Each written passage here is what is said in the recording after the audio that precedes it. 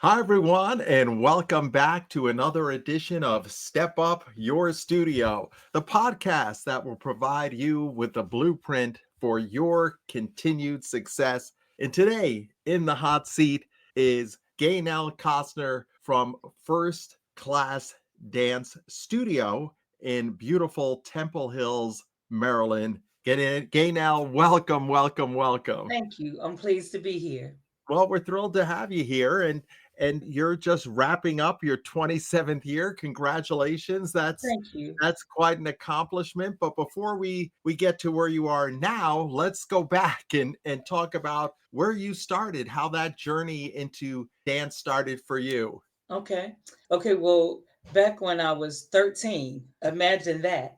A few This years is ago, just a couple of years ago, not right? A too few far. years ago, I was teaching as a teaching assistant for Wonderful. someone, and she was expecting her first child at that time. And so I basically ended up teaching her class because she had the baby early. So I went from being an assistant to a teacher all within like 3 months. Wow. So I taught for this person for 25 years. God And bless you. then at the end of those 25 years, I thought, I'm going to stop and just take a break because, every weekend and all that. But my parents kept reaching out to me saying, "Why don't you start another program?" So I did. I said, "Well, I'll send out a filler and see how many people I get and see what happens." And because then it was really social media was nothing.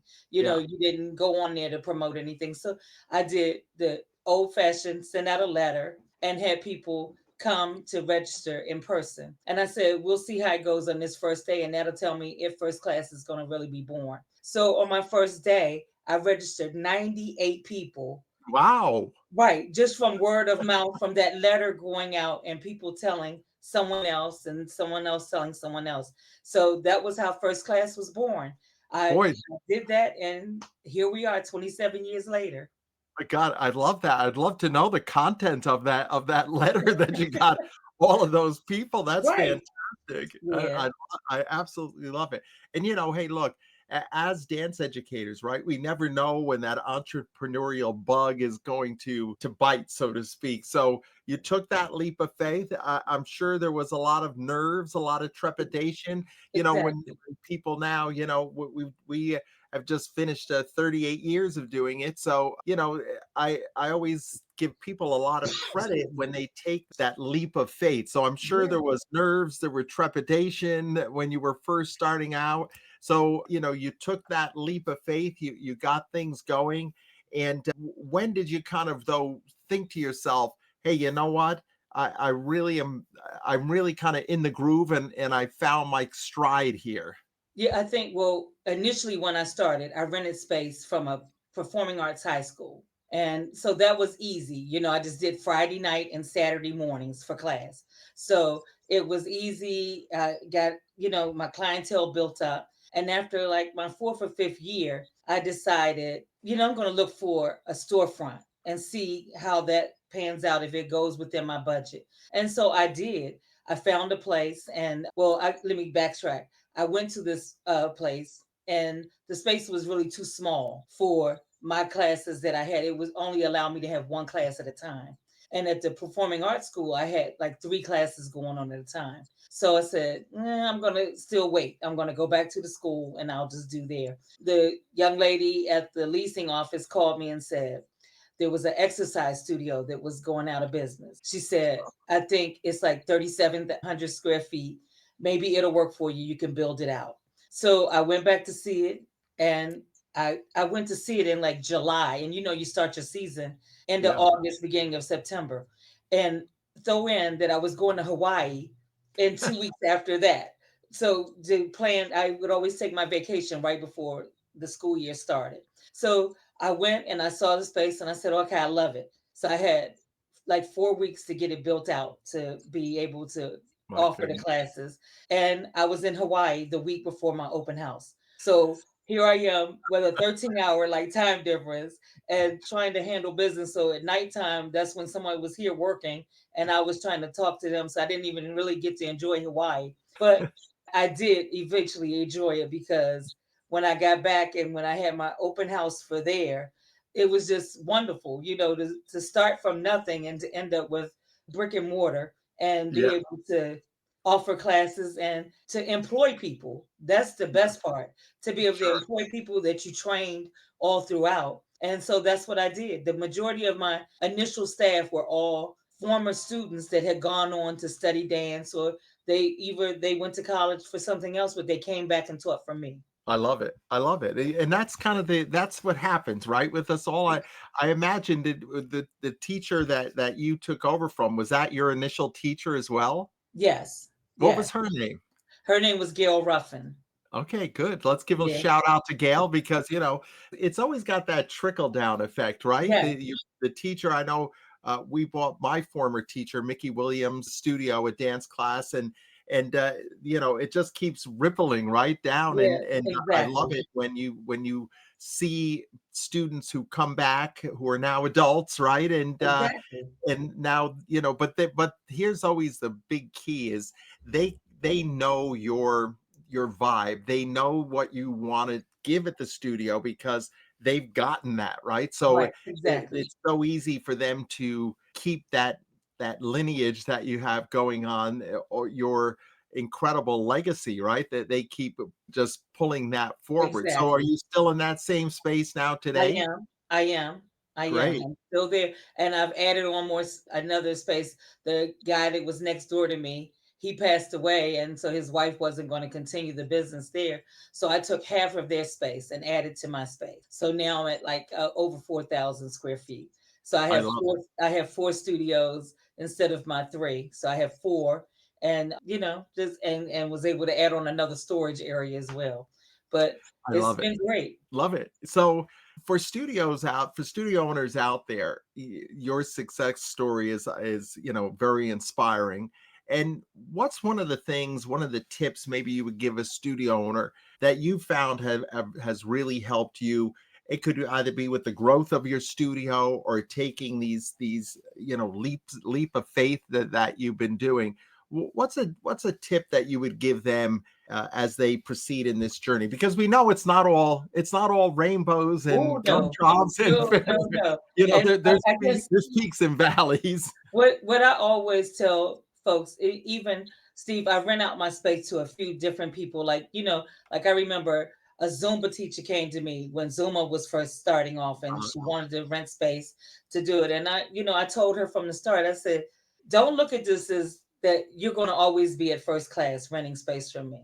Look at this as this is your start to build your clientele and mhm. for you to move on and get your own space. I want to see you grow as well. So I've done the same thing for a couple of different genres that we're offering different classes that we don't offer.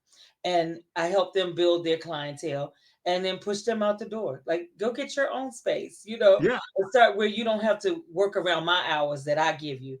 But I would say my biggest success is that I haven't tried to take it too far too fast. I always try to stay within my lane and realize what my parents, I know what my clientele can afford, and I don't try to stretch them beyond that. Of course, with a competitive team, then you have the parents that are like, oh my god, that costs so much money. But it is like, but you try to keep it reasonable, but you want to offer and you want to challenge your students, you want to offer them more. But I always say, know your demographic, know your yes, parents, and get to know them so that when they're going through something, like, because right now with the climate of government jobs, I've had yes. a couple of my parents come to me and say, Miss Gaynell, I don't know about next season because I've lost my job. But the first thing I always say is, I'm gonna have class if it's one person or if it's 10 people. So if I can give you a class and you've supported me all this time, I'm going to give you a class. I'm going to let your child come. But I always say, anything that I don't have to pay for, like, and I mean that in the sense of, I can't buy your costumes for your child. I Yes. can't pay your competition fees. But as far as classes, if it's something that you can offer someone to pay them back for supporting you, it always comes back to you tenfold. Yeah, no, 100%. And Yeah. that philosophy, I know a couple of seminars that I've done through the years. I say to the teachers and studio owners, I said, raise your hand if you've ever given a scholarship. And inevitably most of the hands go up in the room. Dance teachers are very giving that way. And I think you're right. I think a lot of the times, it does come back to you. And some Yeah. people maybe don't appreciate it, but you know what? The ones who really are in need, as you say, if you can lend a helping hand, hey, why not? But ultimately, we are running a business. We need to make e- sure that Exactly. fiscally we're responsible with it. But you know, obviously, like you said, when folks are maybe hurting, it certainly is a way to reach out and to Yeah. help them along the way for sure. And like you said, especially with a family that's been very supportive through the Right. years. You don't offer that to someone that's just come to you and they're only Yeah. taking one class. But if it's someone that has supported you for a number of years, I just always believe in karma. And I feel like if you pass out blessings, the blessings come back to you. Yeah, no, yeah, I love that. If you pass out blessings, the blessings will come back to you. Folks, if you take Yeah. nothing out of this podcast, take that one, and those Right. are words of wisdom right there. Now, I was looking at your website and I saw Mhm. your philosophy, and there was one sentence that really caught my eye that I thought was really nice. You put that dance is a beautiful expression of one's feelings. And Yeah. I like the way you phrase that, a beautiful expression of one's feelings, because Mhm. we all express ourselves different through dance. So your philosophy, I like that. And what was the impetus behind that, your overall philosophy in that particular phrase? Because you know how you meet someone, Steve, or they come in and they talk to you and they say, I have two left feet. I Yeah. can't dance. It's like, but you can feel, right? You know how to feel sad, you know how to feel happy, you know how to feel, you know, good about everything. So it's like come in there and you express yourself through your way. Even if your way is offbeat and it doesn't have any rhythm, your feelings are your feelings and you can express them. And I just want everybody to feel like the dance is for everyone. It's Yeah. not just for those people that are going to go on to be professional dancers. Dance is so much more than dance.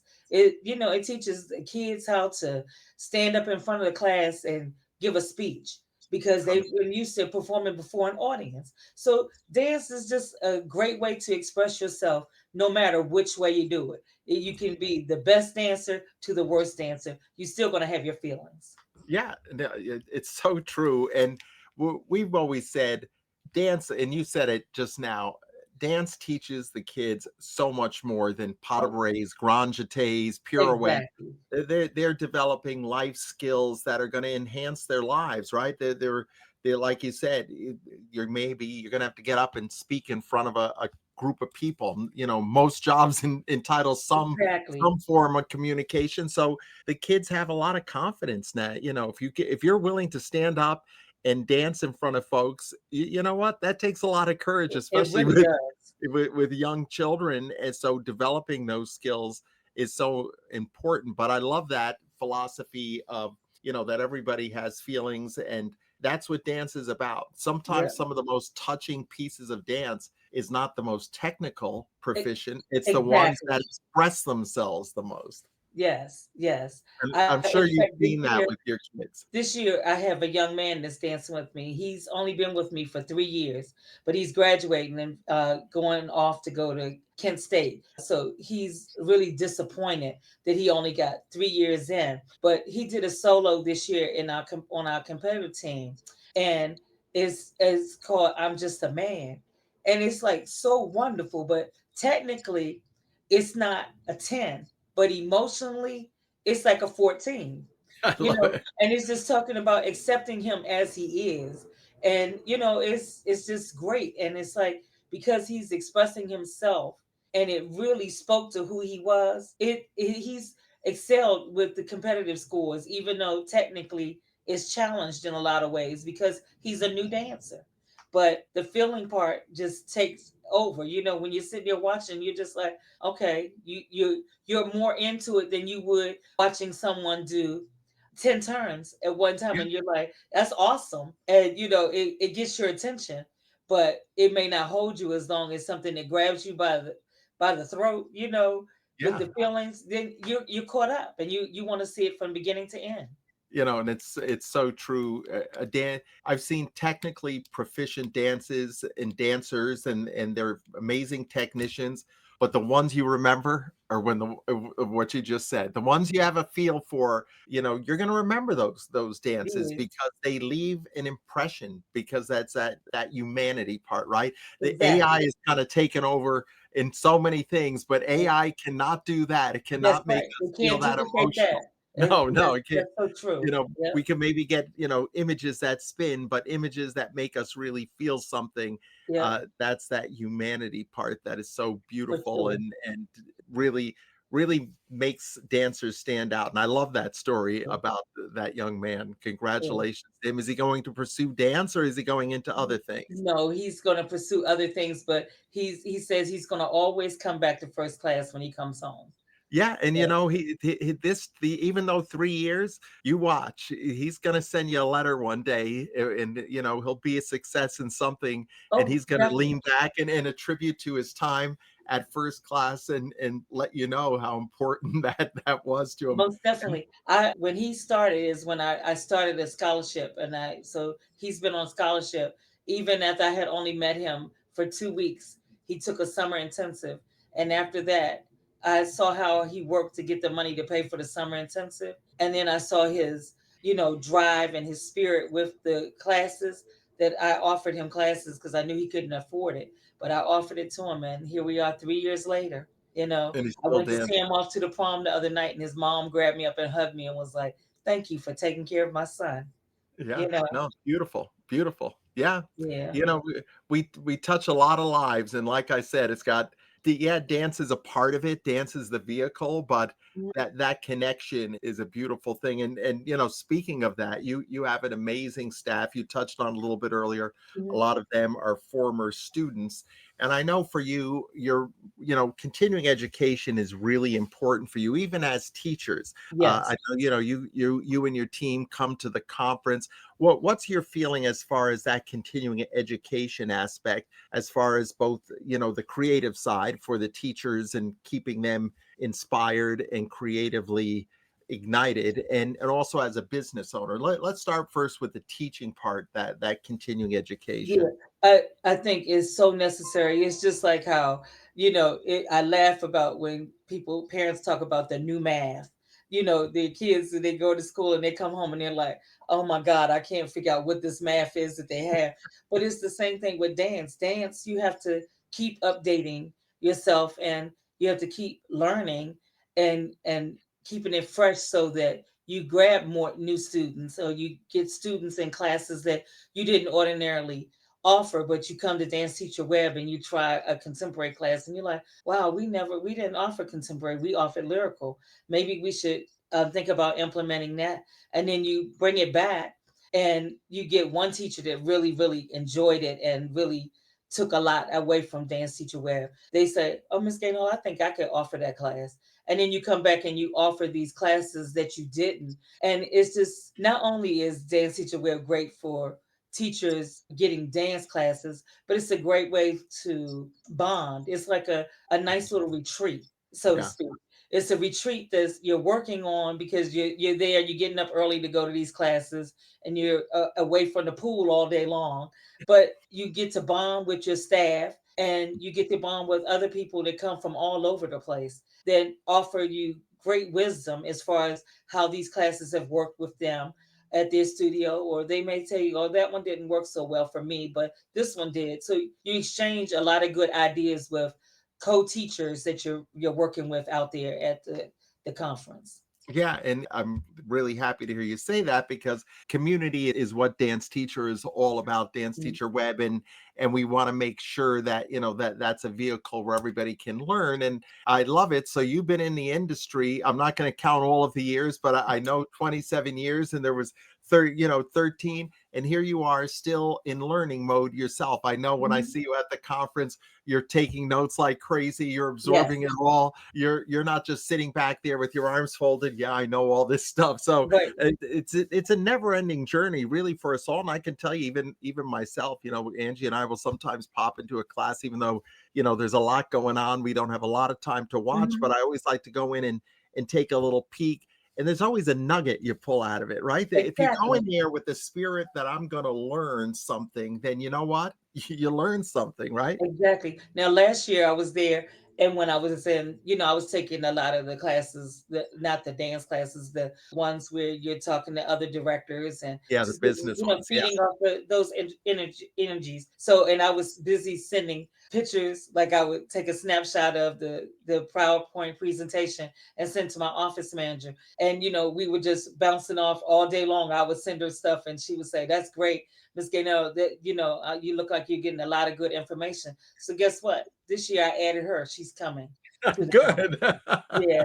So You know because what? I always felt bad. It's like because she works really, really hard, but she doesn't teach dance. So I this is something that I do for my staff. I pay for them to come to Dance Teacher Web. I pay for the hotel. I pay for everything for them so that they can come and take the time to unwind away from the studio, but to also learn something to bring back to the studio. So it's a Yeah. win-win all the way around. Hey, you know what? And good on you. You are one of the five-star directors, not just because you're becoming a dance teacher web, because you really invest in your people. And that's a real gift. And it's pretty incredible. There's quite a few studio owners that do that. And I think really more should be invested in that because yeah, it is an investment, but you know what? It's an investment in your team. And like you said, they come back inspired, they come back reignited, and Yeah, part I think what we find, I know myself too, sometimes when I'm in a seminar, it starts hatching other thoughts, right? You may have this one thing that you're focusing on, but from that you kind of embellish it, or maybe be like you said, ooh, maybe I'm going to extract that one thing, but that one thing blossoms into this other amazing thing, and that's what it's exactly. about, right? It's about Yeah. getting you thinking and maybe getting you to look at things from a different perspective. Yeah, a lot of directors should all think that you're nothing without your staff.